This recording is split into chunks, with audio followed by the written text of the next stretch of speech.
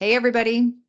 Good afternoon. Thanks for joining us. I'm Megan Kavinsky. I am the CEO of Point to Point, and I am joined by. Hi, I'm Jake Kellogg. I'm a partner at Point to Point and our VP of Solutions.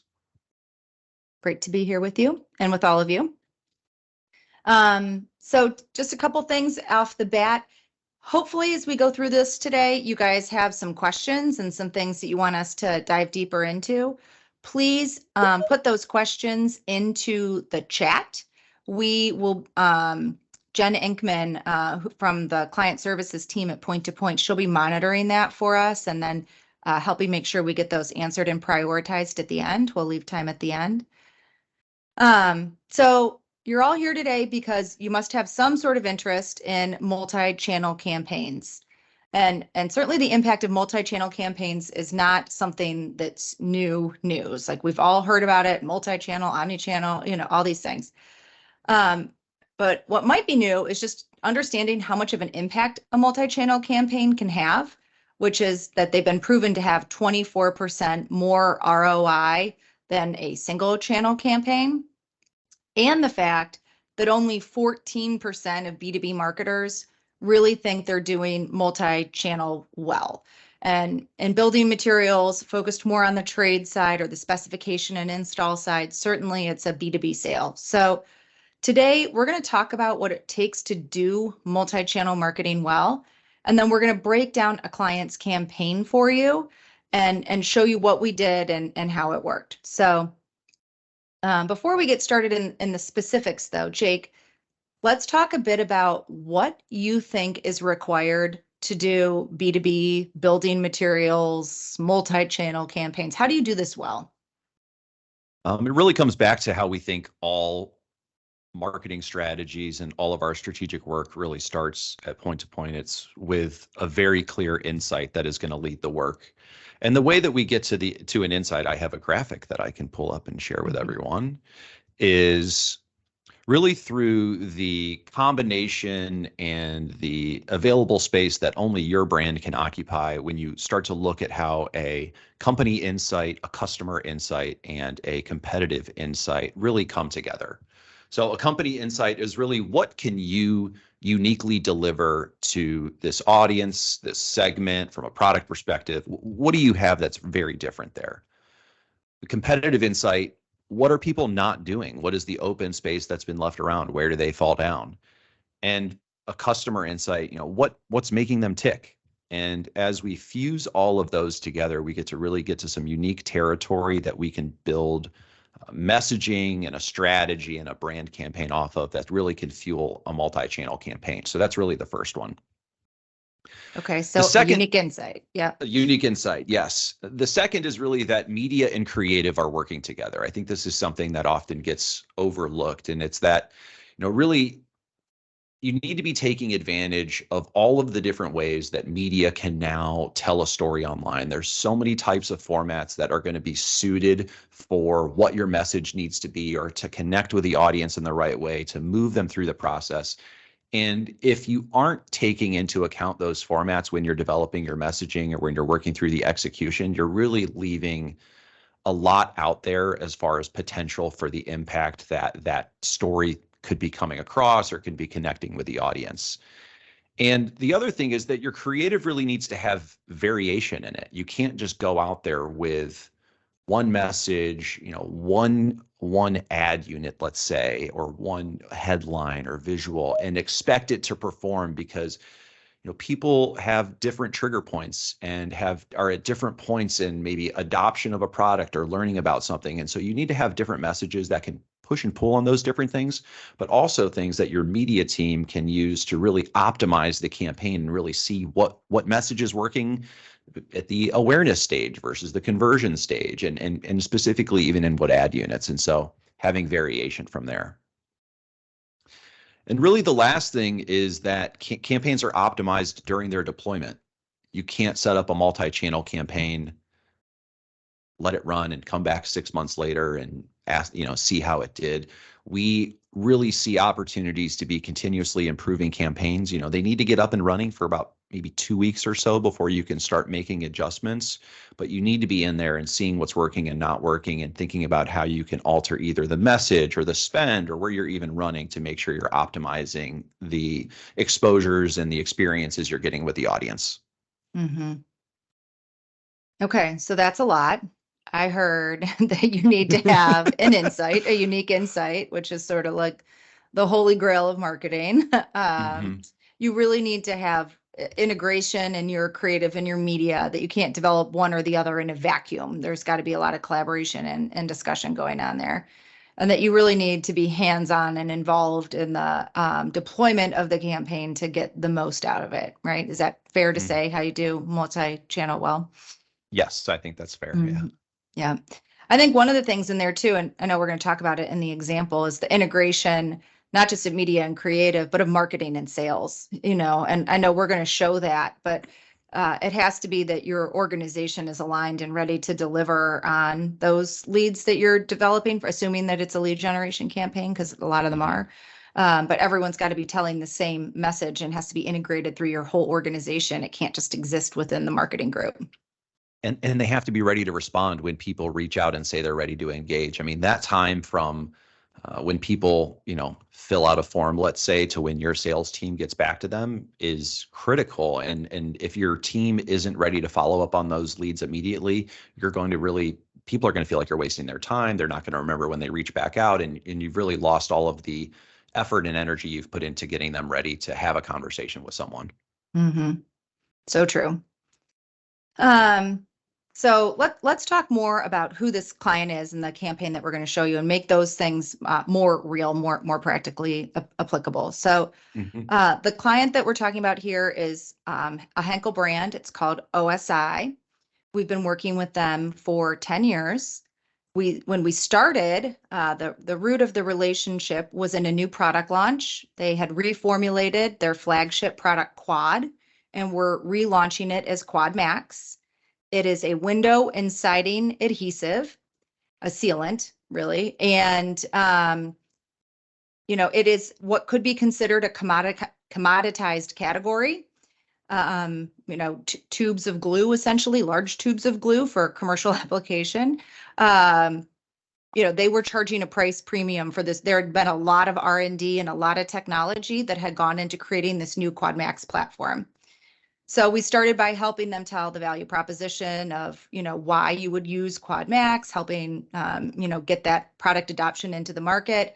And then from there, we really used it to revitalize the OSI brand, brought it into new market segments, like into more specified arena with multifamily and light commercial, used it to revamp their training program, and did a lot of different end user activation. So that's where we are with this particular story. They came to us and said, hey, we've really tried to do all we can by getting our sales. We want to grow our first party data. And we've really done everything that we can through getting our sales team to share the information that they have, whatever third party data source we're, getting information from. We've sort of mined that for all we can. And it's not enough. And specifically for siding installers, which is a super niche audience, they were really struggling. How do we get first party data at a better scale? Because they believe, like we do, that the companies and the brands with the best first party data are going to win. So they came to us and said, how could we use paid media, or is that even right, to really get a stronger database of first party data for siding installers? Yeah. Fair summary? Yeah, and just to be more specific, I mean, even within the world of siding installers, hardboard siding installers, we were looking even for specific application types to help guide and define the type of contractor, because their product isn't working with, vinyl, let's say. And so, within a category within that. So it was a very narrow audience. Yep. So let's start with where we how what we talked about before, which is that you want to start and you want to have this rooted in a strong insight. So how did we get to an insight to build this campaign? What did we do? Yeah, so where we really started with this is, I mean, the company insight that we had for OSI, and the thing that we really had to go off from a starting point for messaging was the brand itself and the tougher than the elements, which is the brand promise of OSI. And that really shows that they stand shoulder to shoulder with contractors, and really also the tonality of the brand, which is very different. The tonality of the OSI brand and how it should feel when you're experiencing, a marketing piece or a story coming from them, is it feels like it's coming from a contractor as well. We stand shoulder to shoulder with contractors, and we want it to feel like we are them and they are us. So making it, again, feel like they were talking to themselves and they fit in. That was definitely the company insight there. The customer insight, these are, as we were saying, hardboard siding installers. They are very often small business, small independent business owners who are running crews. And really the one thing that makes or breaks them is their reputation. They can't afford callbacks. They can't afford callbacks from a reputation standpoint, and they can't afford callbacks from just a getting the job done standpoint. They can't be going back to things they've already done and fixing them. They're just going to be losing money and not staying ahead. And so we really knew that they viewed Quad and Quad Max as a tool like the other parts of their equipment. They see our product and our brand as an integral part of them getting their job done. It's not a consumable. It's not, I mean, yes, it is something you throw away when you're done with it, but it doesn't have that same mindset as maybe like fasteners or nails. Like, it is definitely something that they put a lot of value in and they can see the benefit in. And so we really knew that we needed to get this first party data. We knew that they're an extremely online group, and having done campaigns and worked in this space before, we know we need something really compelling for value exchange.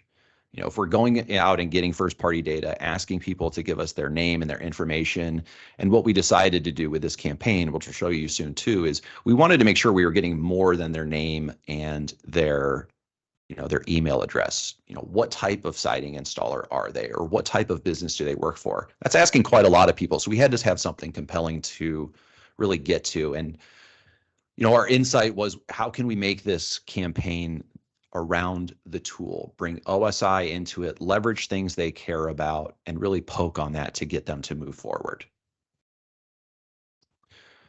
And I have things to show today, so we can do that. Yeah. Well, I think that's great. And I think, from a competitive standpoint too, we knew that that the siding installers don't really think of other sealant brands as much of a tool as they do OSI Quad Max. Like that is something like that's why they're paying the price premium for the product, that they really see it as something that's differentiated, but not enough understanding of exactly who they are, right? So, right. Okay. So we have a message, we understand the customer. Now we need to think, we got to get to that integrated media and creative like we had talked about. So how do you know what channels are right? How did you know where to even begin with this? We really looked at data. I'm going to pull up another visual for us right now too. So we really used data to help drive where our media should be running and what data types are out there that we can be leveraging to make sure we're really reaching this hardboard siding installer. So even though they wanted to grow their first party data, they had first party data we used. So we looked at that, audited that, figured out how we could use that in our media platforms to build lookalike audiences and find similar people. We looked in the market to see, they didn't want to buy third party data, but who had second party data that we could rent, that we could take advantage of because they already have built that audience. How could we engage them and continue to move them to an experience where they reveal themselves to us? And then from a third-party data perspective, what can we do from just our targeting platforms, our media partners, to reach these people and find them at scale?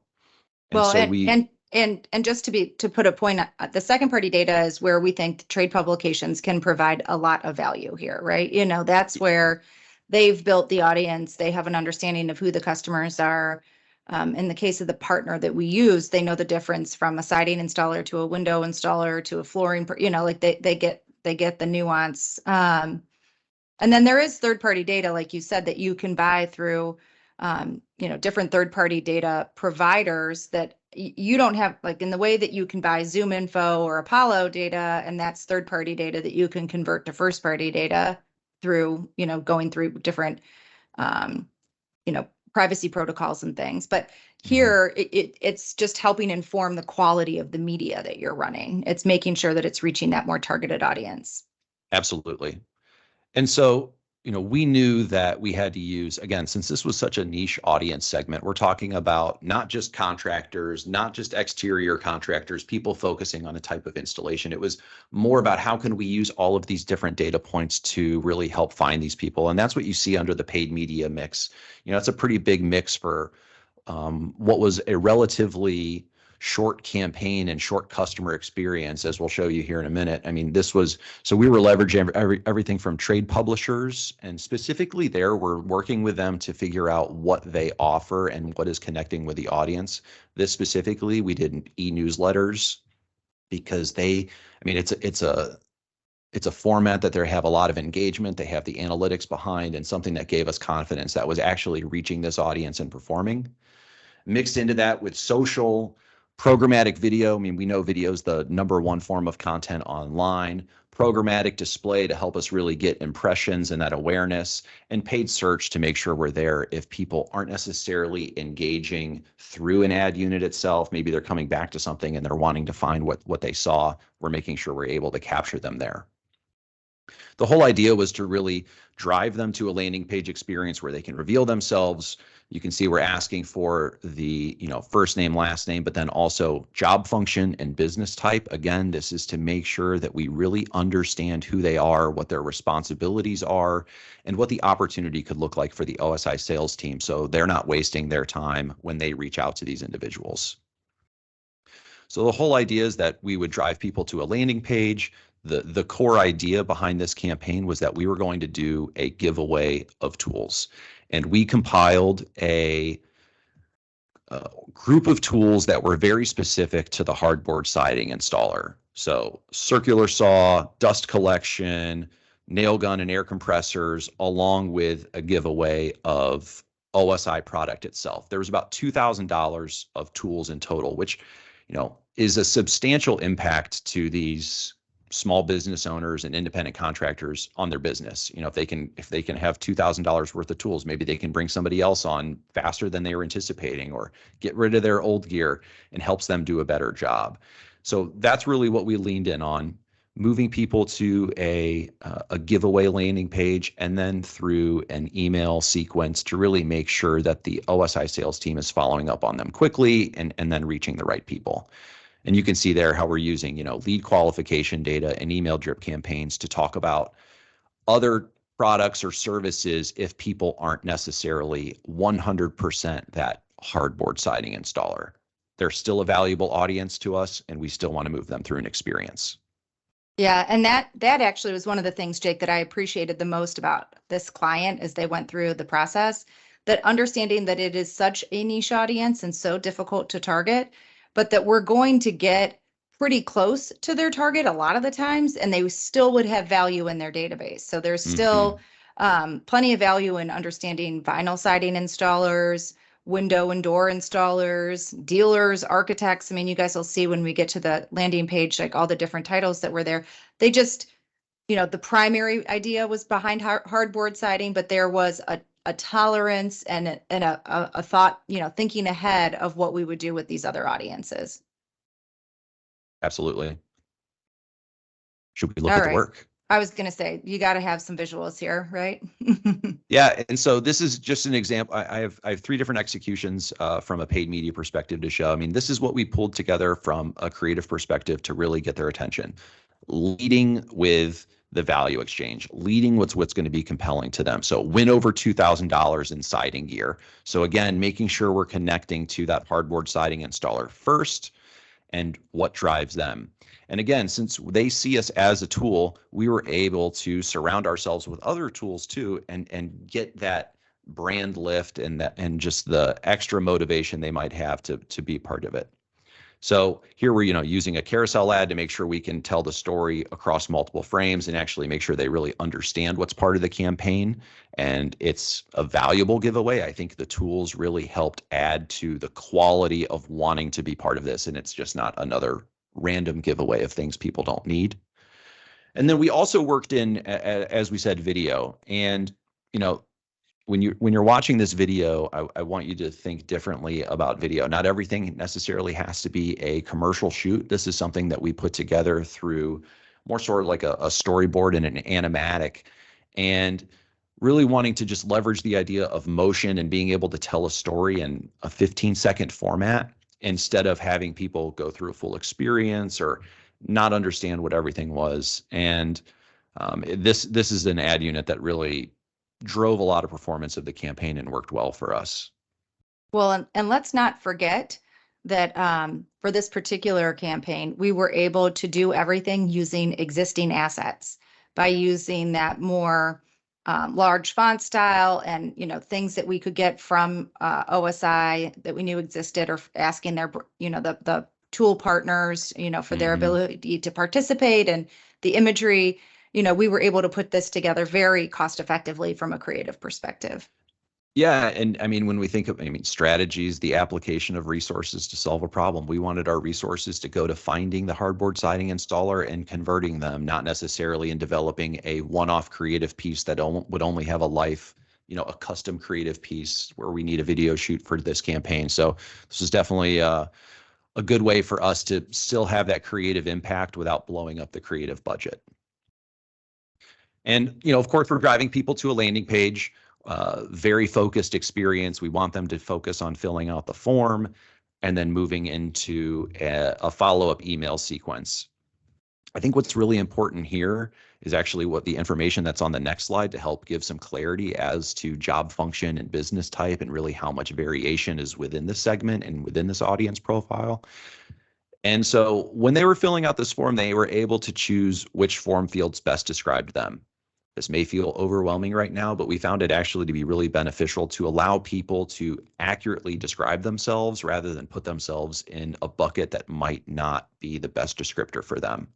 So this was a great way, again, to have that granular first-party data, that it was very unique and ownable for OSI, so that, again, their sales team can follow up and make sure they're having the right conversations. Mm-hmm. Jake, when you mentioned the strategy is the application of resources to solve a problem, it made me think about something else that you and I talked a lot about to get ready for today, which is, how we take the budget and what the business challenge is and solve for it also, which helped feed into our channel strategy. Because, we have sort of a similar way of working through how do we get to a strategy. But then once we establish this measurement and learning plan that really helps define what the business objective is, what we're really trying to do is say, can we achieve that with the budget that we have, right? And it feels like a natural place to talk about it here at Results too, because this campaign delivered great results. I mean, we exceeded the benchmarks that have been set rather substantially, generated more first-party data than they had intended, both for this particular segment as well as some of the other professional segments that they serve. So it was a big success in terms of really getting their database and their first party data improved, because recency of data is also key in your data cleanliness. So I don't know if there's anything else, measurement and learning agenda, that you want to mention, or certainly we can see if there's any questions in the QA. There aren't. Does anyone want to have a question in the QA, or I could ask another question? I mean, going back to what you were saying about the measurement and learning plan, that was also really how we defined our media strategy and how the data fit into it. Or, what are the business objectives we're trying to reach? What do we need to make sure we can capture from an analytics perspective? And let's map our channels back against that to see what can deliver on the technical needs also, but then on the business goals to make sure we're driving the right amount of impact. Mm-hmm. Yeah, certainly a lot of technology and a lot of data goes into getting what a lot of people think is just a creative exercise, right? Yes. Like Yeah, sort of, this was definitely a data and audience first exercise, and then figuring out how we could use creative to, again, sit on top of that to work with the media and the data to really find and attract these people together. that's great. Well, I hope that everyone who's here learned at least one thing that you could take back to your organization and start thinking about differently. Our intent here is to pack a lot into a half hour. We know everyone is really busy and pressed for time. So if there's other questions that you didn't want to ask in the group, but you do want to ask me, I'm happy to talk to any of you. Really appreciate your time today. And thank you, Jake, for walking us through that. That was really helpful to see that. Thank you. Thanks, everyone. Bye, everybody.